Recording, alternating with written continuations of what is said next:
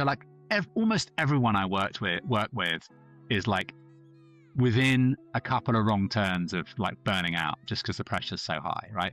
And suddenly there's a bit of my work where I'm getting paid for doing exactly that. Isn't that awesome? Like I can get paid to be mindful. I don't mind hippie shit personally. Some stuff I find a bit off-putting. Like if you tried to sell me hard on the power of crystals on this call, you'd have to work pretty hard, man. Right? We've always lived on a planet that's a vast ecosystem with loads of people on it, right? But now we're kind of almost unavoidably aware of that fact.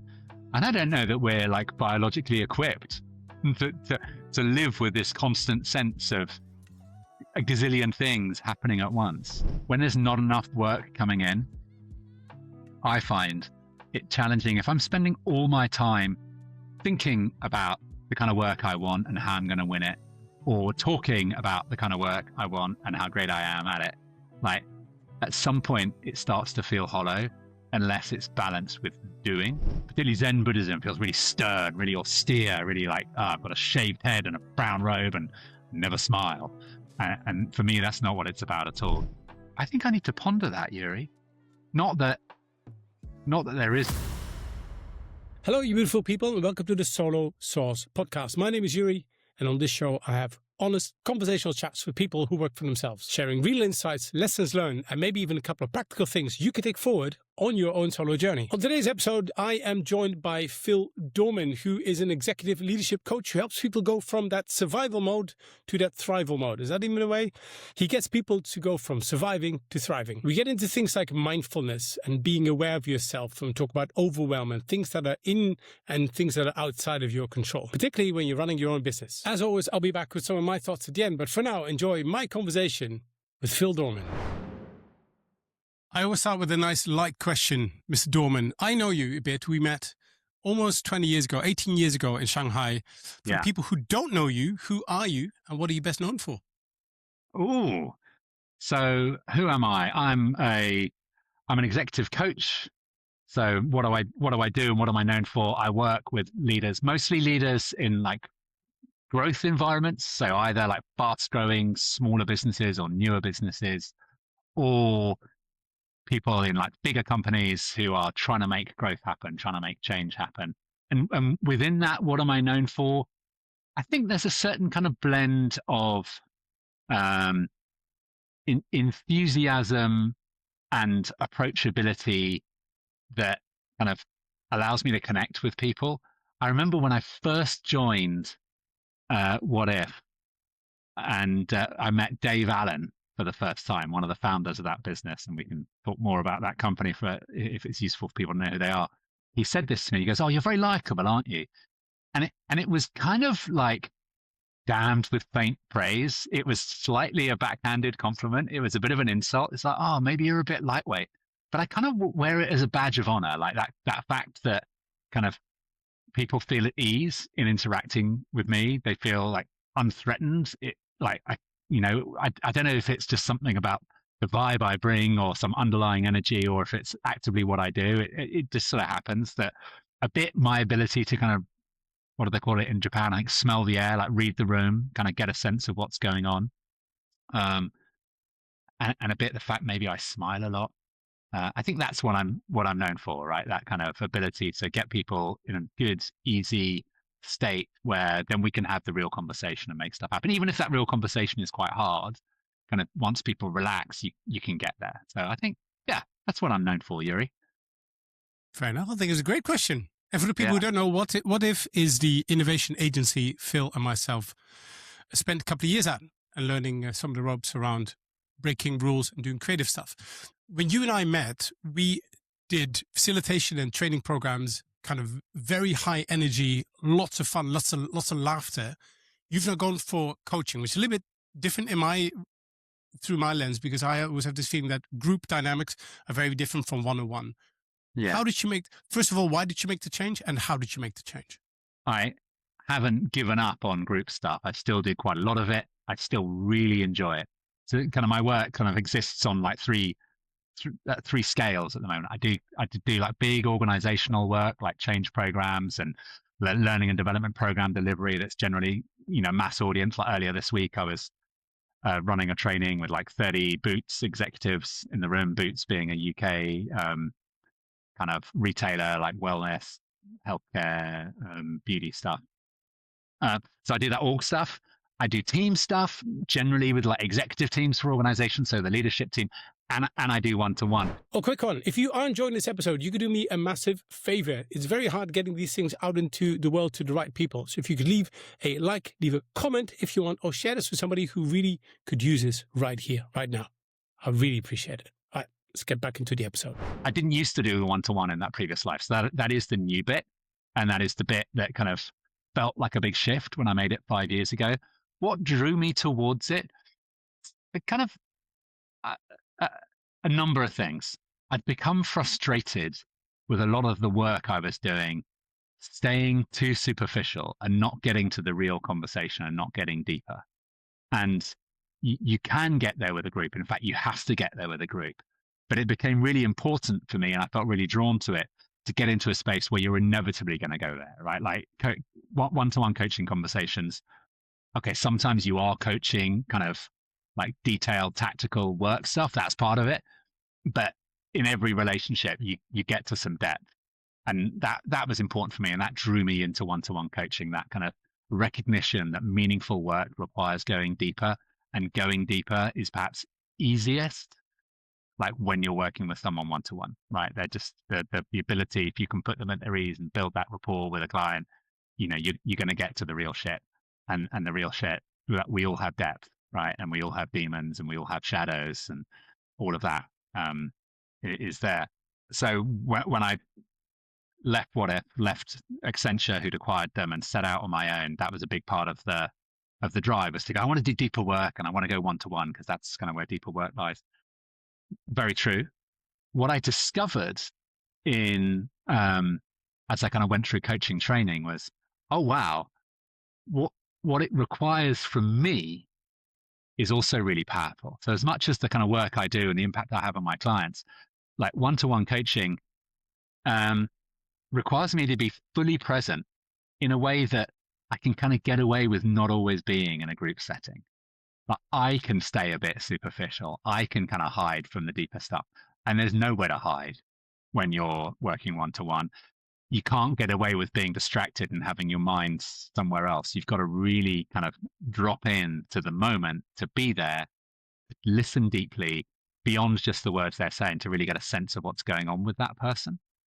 So that then you can, or you're creating a space for them to do that, to be present and to be real. And you're able to ask the questions that kind of help them with it, but you have to be present first.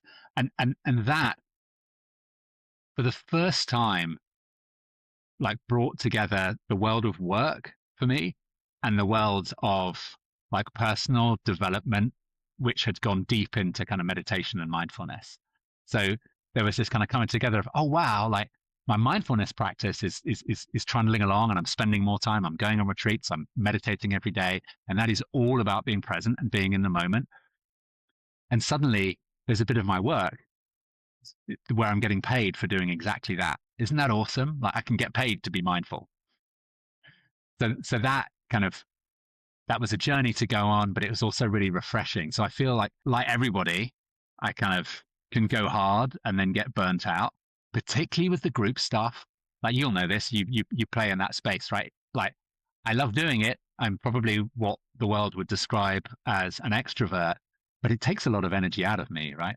I find one-to-one coaching, it requires a different energy. And in some ways, because it's that paid mindfulness, like it gives you back some energy as well. It gives you something different. So I really enjoy it and I really love having it in the mix. And yeah.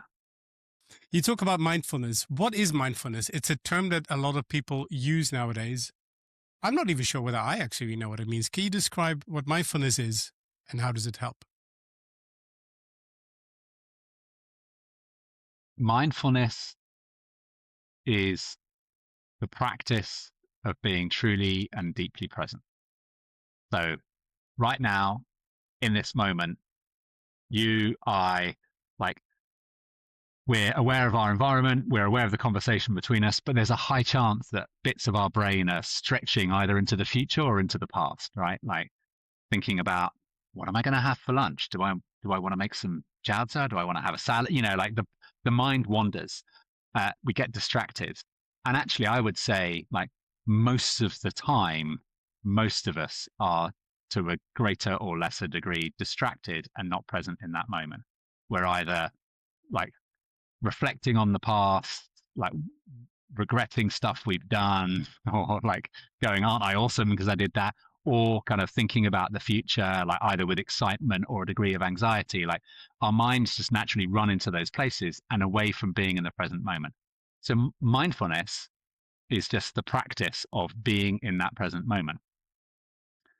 And that practice can show up in many ways. Like in some ways, we're both practicing it right now because we're like fully focused in this conversation. But there's other like more formal practices that we can, that kind of go with it, because to be mindful in moments of busyness where there's some kind of pressure or stress, like people who practice mindfulness and myself do, is stuff, various exercises that help them build that capacity. Probably the most obvious one and the most well-known one is meditation. So meditation is sitting, paying attention to your breath.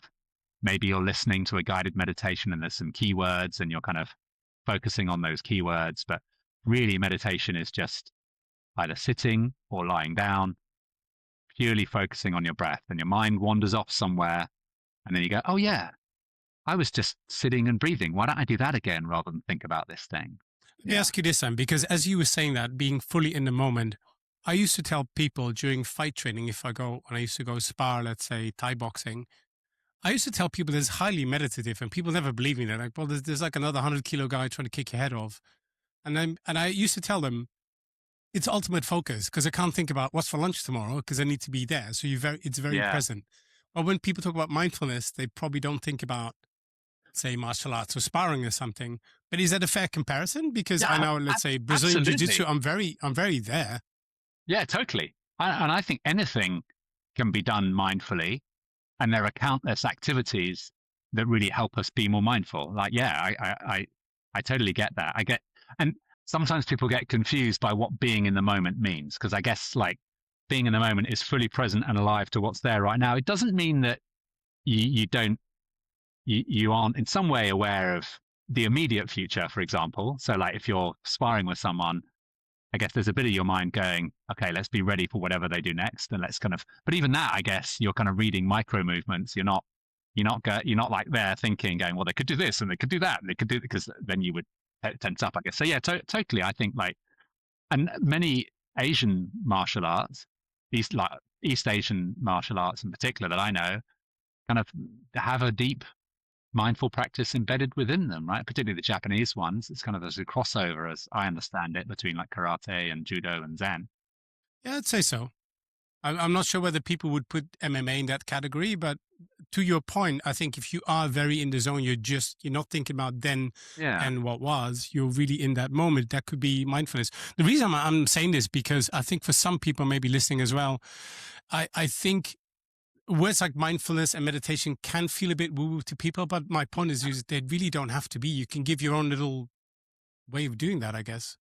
Totally. Do you agree? Totally. Yeah, absolutely. And I had this as well, like even the connections to like traditional practices or religions like Buddhism can be really off-putting for people. I have to admit it was, and to some level still is, for me. Like if people are all about their guru or their master or whatever, like that doesn't appeal to me. But really, mindfulness is just a simple practice, and it's I don't mind hippie shit personally. Some stuff I find a bit off-putting. Like if you tried to sell me hard on the power of crystals on this call, you'd have to work pretty hard, man. Right? I don't mean to write it off. I don't mean to be dismissive, but that's not a world I gravitate towards. Let's bring us back to business then. So how does it help you be a better leader? Yeah. I think all of those things, like, they're not the only place mindfulness shows up, but by doing something where you've got no reason to hurry, nothing to worry about, you're just doing your thing, you're building this capacity to be mindful that then allows you to be mindful when you're at the when you're at the coalface, when you're in the thick of it, when you're busy doing work, because work inevitably involves a degree of stress, of pressure, right? How we respond to that, like whether we get anxious or not, is perhaps different for different people. But there is pressure. There's a pressure to get stuff done. Like I doubt anybody listening to this, unless they're kind of semi-retired, is going, yeah, I'm working really hard, but like I've got all the hours of the day available to me to do what I want within it, and I never feel rushed. Like that's pretty rare, right? Like the world of work, I think, has only got more and more intense over the last few years, and it was never like a place to fully relax. And under pressure, we make bad decisions, like we misread other people, like the human dynamics of what's going on. We're like, oh, that guy is an arse. He like, I really don't like what he said, and we react to it and we behave in ways that are unproductive. Like that's kind of inevitable that under pressure, like we get defensive. We're not always thinking at our clearest and our best, right? And that's almost like biological. Right? And I'm not a deep neuroscience expert, but there is neuroscience behind that. What mindfulness allows you to do is create some distance between that natural biological response to stress and pressure in difficult situations and your action. It opens that space in between where you can go, oh man, I feel really wound up right now. Like I just like that look on Joeri's face is really like getting to me. And oh, but I'm not going to lash out and be aggressive or microaggressive or say something stupid, because I recognize that and I'm going to choose how I respond. Right. And that's not just about like interpersonal conflict. That comes into decision making, that comes into your actions, everything. Right. If you can be mindful in the heat of battle, it's funny the metaphors we use for work, right? But like in the thick of it, under pressure, then you can you can maintain your composure and you can maintain a degree of clarity and look at the bigger picture, even whilst you're like really busy getting stuff done or in the heart of a really kind of intense like sprint or workshop or whatever. What is the time when you had an amount of stress on you, and what did you do? Or let me rephrase that. What is the time where you were surrounded by a level of stress where your stress levels went up, and how did mindfulness help you? That's a great question. It's probably easier to think of examples where under intense stress, I didn't like cover myself in glory, right? Like if I go back to my time in management consulting and you had a slightly shorter tour of duty, but I spent a total of 12 years at What If, right? It's the biggest single chunk of working at a place in my life, right? There were times there, like through a combination of just the volume of work and working with loads of different clients at once. So you've got all this different kind of context switching going on in the background, loads of travel, that I've rocked up to a workshop and just, like my job is to facilitate and hold space, and I've done a bad job, right? I've been kind of lost when there's like pressure or different perspectives coming out. I've like taken the easy way out or ducked out of like going, hey, what's going on there? Let's deal with it. I've just gone, so next on the agenda is this, right? So I can think of many instances of that occurring. I guess where I felt that pressure and kind of been able to find some space,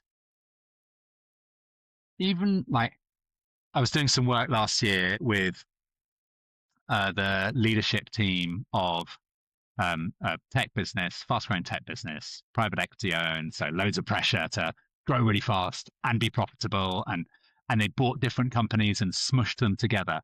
And the CEO, who was my client, brought his leadership team together that included some people that he, if he was honest, didn't really want on his leadership team because they came from a acquisition they'd bought and they didn't really fit in the mix. And even some of the people he'd hired, he was a little bit, this isn't quite working out, but we've got to try and make it work. And through the course of a 2-day offsite, there came a point where like two people got into massive conflict. The CTO who'd already been there for a while and the founder of this business they bought, they kicked off, and this founder of the business they bought, who was now, they were kind of working out the exact role he's going to have in the exec, effectively rage quit. he just went off and was like, I don't want to work. No, I don't want to work in a business like this. If we're going to, if we're not shipping code, what kind of tech business are we? Like lost it. And there's a bit of like stunned silence in the room. And I think part of me was screaming, let's get on to the next thing. And I was able to be like, okay, say more about this. Like, what's going on here? Let's explore this tension and this difficulty. And that's a difficult choice to make. I think some of the coaches and consultants I've worked with kind of live for those moments, and they're great at kind of dropping in and going, oh, this that. Maybe they don't naturally, or they've learned it. They've had more time to learn it. I'm learning that right now. And that just felt like such a massive win to not be lost in my own stress and triggeredness about what was going on, and just to be able to be present around it. I think one of the challenges I have, and I think many people have that we react, particularly when I was younger, I would react much more emotional, much more immature in many cases. And what I've learned is to respond and just be very conscious of that. Like I feel like I'm going to say something or do something or move on to the next bit or try to interject. Maybe sometimes the best thing is just, the whole take 2 deep breaths or 3 deep breaths or something. But it basically means like take a moment. So just taking a breather and just how am I going to respond? Don't react. How am I going to respond? Is that at the core of this? Is that the key to thriving at the end of the day? What's the Blur album called? Modern Life is Rubbish. I don't agree with that, but modern life is definitely stressful. That the pace increases, like the demands of owners of businesses, like the expectation of a business to perform and do more and grow on tighter and tighter resource continues to go up and up and up. So like almost everyone I work with is like within a couple of wrong turns of like burning out just because the pressure's so high, right? And so in that world that we all live in, and that's just talking about the world of work, right? Outside of work, of course, everything's super chill, like world politics, we're heading towards a glorious era. Oh no, all of that's going on. And like most of us, I think when we're taking time out of work, we default to like consuming media to distract us, that again just actually adds to the stress. So with all of that going on, yes, I do think being able to perform and get stuff done and enjoy ourselves, so not just like perform and survive until we can retire to a beach in Portugal, but actually like thrive through work, so we're getting what we want to do done and enjoying the process and living a life that we find fulfilling in those moments. I think that comes from exactly what you just described, like creating that, like working out how you create that space between the stress, the pressure, the stuff that like drives you to react that is unavoidable. I think that's, but creating that space between all that stuff and how you then choose to act, and that moment of choice. Yeah, back to that point about it being unavoidable. I think I certainly, like, I think I had and to some level still have, in terms of my default way of thinking, this misunderstanding of what like maintaining your composure and maintaining perspective looks like. And I think that misunderstanding is that, oh yeah, that person's just super calm. They don't get wound up. They don't get their heart rate going up or the blood pressure rising. Like they're just super calm. And that's not true. I think like we all get triggered. It's an overused word, but if by triggered, we just mean like we have physical reactions to things, and like stress again pushes the heart rate up. We kind of like, the neuroscience of the amygdala has decided we're under threat, and therefore kind of we either get into fight or flight. It reacts. Everybody has that. And if you've trained for years and years and years, you still have that. You're just much better at creating that space around it. And I think that is the key. I wanted to say something more about the question you asked before about moments when I've been under pressure and stress and either have or haven't been able to like find that space and make a mindful, informed choice. Because I think the example I chose is true and it's real. And as a facilitator and a coach, I have quite a lot of those situations where you're in a workshop and you're in a dynamic. But in a way, because they're kind of an event, you're more prepared, right? For those moments. I find the harder moments to manage are like mundane moments of mindlessness. So when I'm like being around people and interacting with people, like, yeah, it takes energy out of me, but it brings me to my best. But, you know, as a coach, as a consultant, that's not my entire life, right? And I don't think I could cope with that being my entire life. There's time when I'm sat in front of a screen and I'm getting stuff done. I'm thinking about something I'm going to post on LinkedIn, or I'm writing something up from a workshop, or I'm prepping for the next thing. Those days, what kind of mindlessness looks like for me is if my energy's a bit low, if I'm feeling a bit run down, like I'll just choose to procrastinate and do something else. The win is when I recognize that pull. I recognize, oh, I'm not at my best. I'm kind of like, I'm struggling here. And I kind of go, oh yeah, that's what's going on. Because that is also a response. It's a less obvious one. It's not like I'm feeling physically under threat, but on some level, I'm kind of like, there's some anxiety or stress, maybe a bit of sadness, a bit of depression, something going on, something in the mix. And I can either choose to run away from it and hide. That happens, or I can go, hey, that's going on. And then go, do I have the capacity to recognize that going on, still do stuff? Well, actually, do you know what? I don't have the capacity. I need to step away, move, hang the laundry, go for a walk, make a cup of tea. Like, and those I feel are kind of those little wins.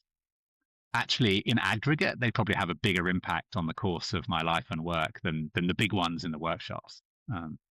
I can see that. And I can also see that making more conscious decisions. So one of the things, I have a couple of really simple, they're not rules, they're just things I keep coming back to. And one of them is just, if you feel a bit overwhelmed, I literally just put a newsletter about this yesterday when people feel a bit overwhelmed. One of the first things I do is somebody comes to me to feel overwhelmed or down or they have a problem is I'll go move, let's go walk around. That doesn't solve the problem per se, but it just gives you different energy, different perspective on things.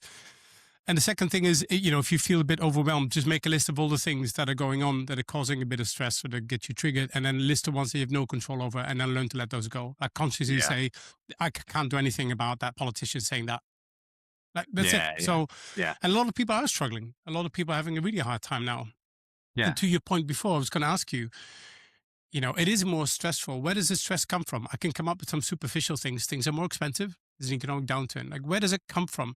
I guess we're so interconnected now, and we have access to so like infinite inputs, infinite volume amounts of information and data, whether it's stuff that we're using for work or stuff that we're using to educate ourselves or just stuff that we're using to distract and entertain ourselves.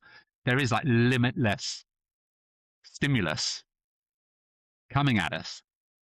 Right. And the pressure to feel like I've got to be out on top of this. There's this wave of stuff coming and I've got to be able to ride it, and I've got to be at my best to ride it to success, fulfillment, whatever it is. That's a pretty, that's a pretty intense pressure. That human desire to do well is an innate one. And it's actually kind of impossible to be constantly riding the wave. And I just think that's stressful. I think the pure existence of all that information, we've always lived on a planet that's a vast ecosystem with loads of people on it, right? But now we're kind of almost unavoidably aware of that fact. And I don't know that we're like biologically equipped to live with this constant sense of a gazillion things happening at once. So what do? We choose to kind of distract ourselves from it or avoid it, or we try and optimize our way through it, and even that's not sustainable, right? Speaking about business, because get paid mindfulness, as they call this, you also run a business, of course. Yeah. How do you win business? Is there anything that you're doing marketing wise? Is it just word of mouth? Tell me a bit more about that. It's a good question, and if I knew the answer, By the way, do you remember what we used to say? Remember this whole, like, you and I would facilitate a session and somebody asked a really tricky question. And I would go like, that is an excellent question there, Rob. My friend Phil over here has just written an article about that. And he's going to answer your question right now. Yeah. Hospital pass to you. Definitely word of mouth is a thing. Like the best sources of business are people you've worked with before, people you've done work with before, and people move to new companies, and they have the need to partner with someone, whether it's I want a one-to-one coach or someone on my team, like they really need it. So that is the number one best source of work for me is like referrals from people I've worked with before.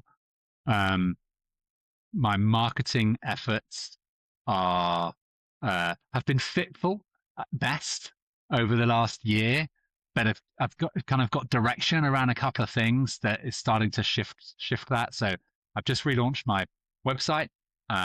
We'll put a link somewhere attached to this podcast, I'm sure, but it's wearenotneutral.com.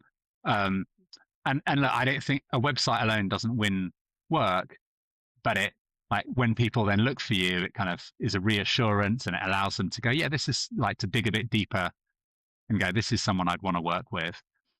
And it also gives me the platform, that clarity around what I stand for and who I am and where I've come from and why I do what I do and how I do what I do, that came from the exercise of invigorating that website is allowing me to be more proactive in kind of messages I put out on LinkedIn.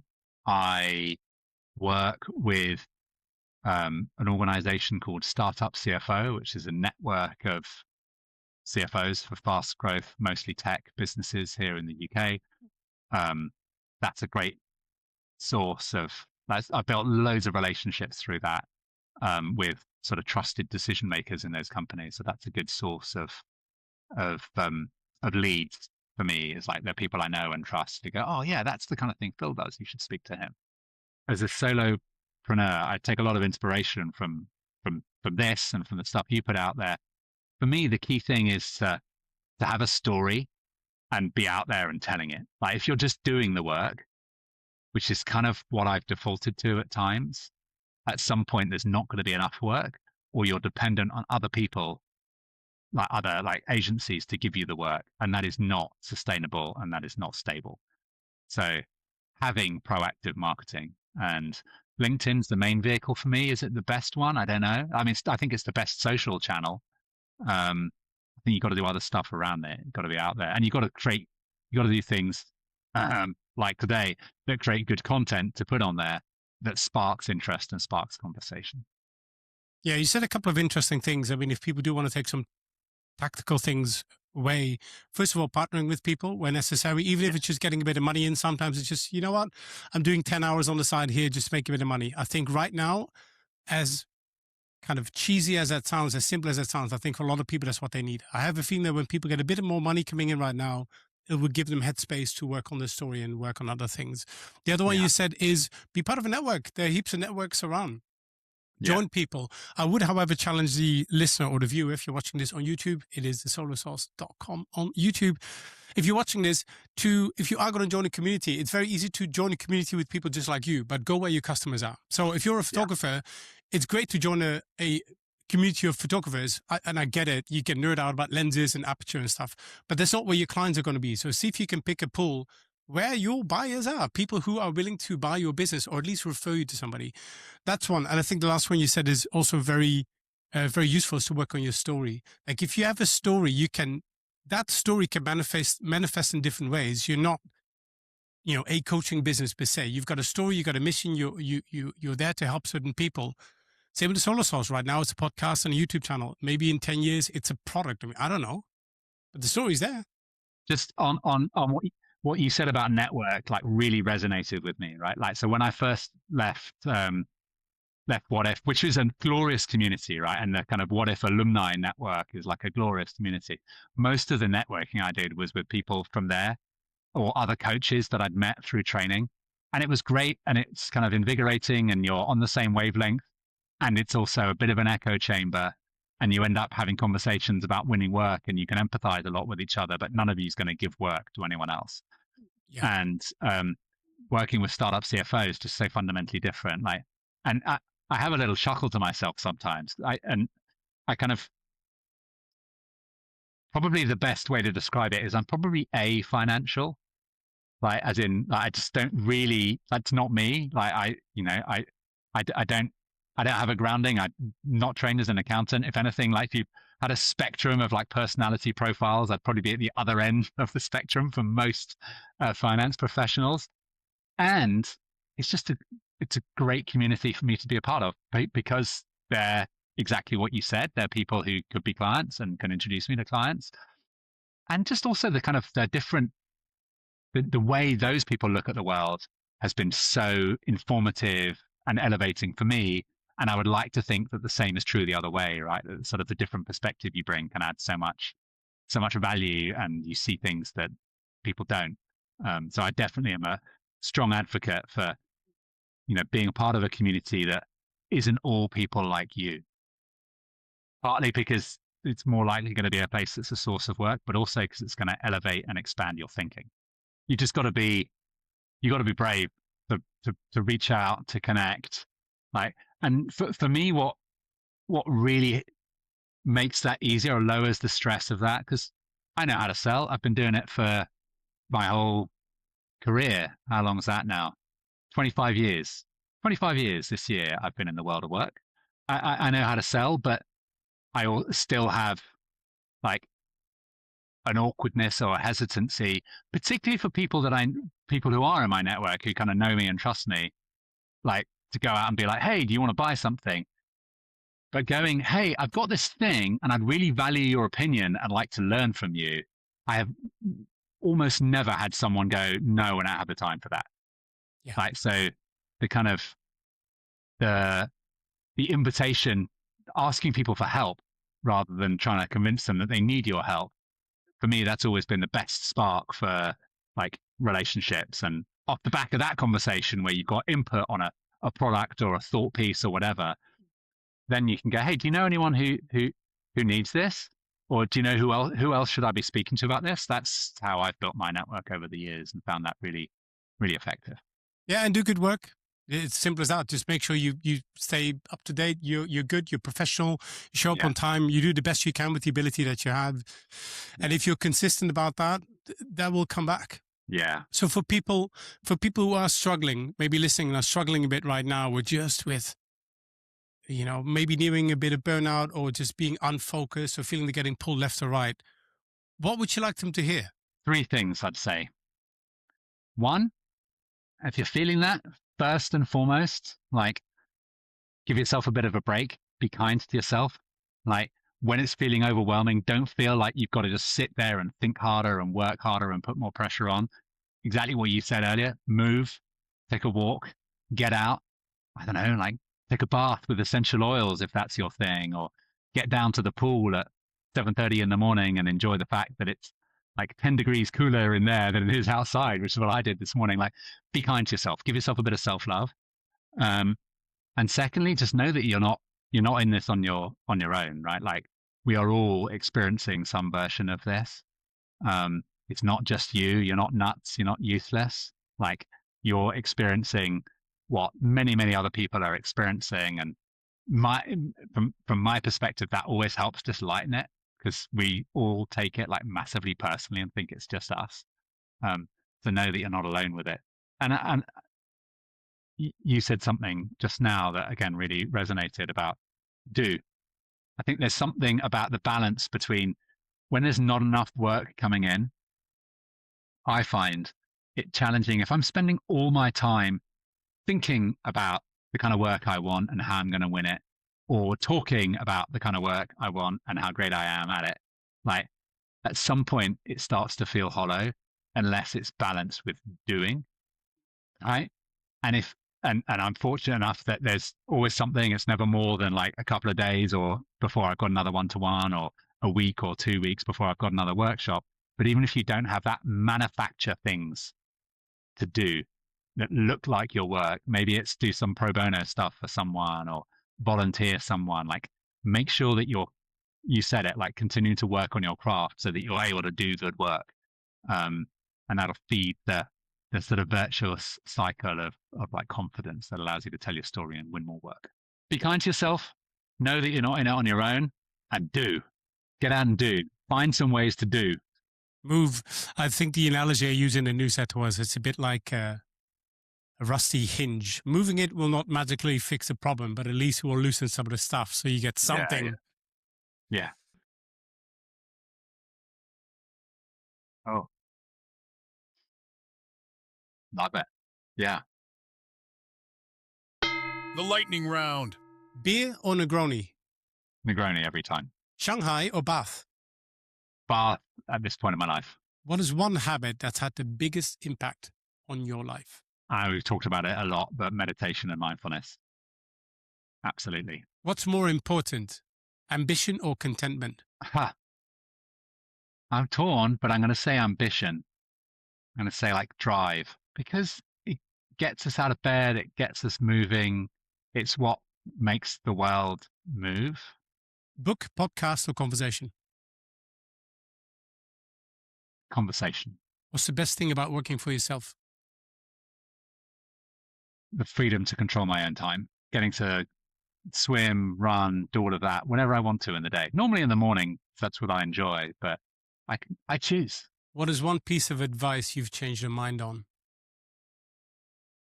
Ooh. Good question. That's a difficult lightning question. One piece of advice I've changed my mind on. I think I need to ponder that, Joeri.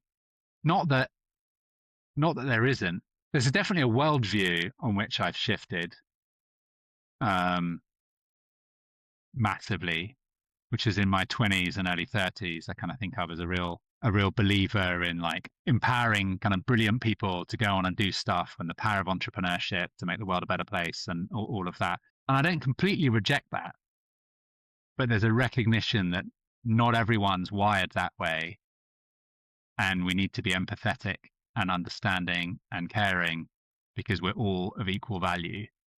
So kind of a world in which a few people like do brilliant stuff and live an incredible life at the expense of all the sheep, I think is a terrible world. A world where we each get to play to our strengths and leverage our talents and get the freedom to do that, recognizing the kind of glorious diversity of humanity and supporting each other. That's the kind of world I like. That's the world I want to live in. I'll take it. I don't know what the advice was, but that was maybe there's a bit of advice you once said, like, I'll let a couple of people thrive and they'll pull the rest or something. I don't know. Yeah. If you could give every leader one skill, what would it be? And it cannot be meditation. The skill to frame a good strategic question.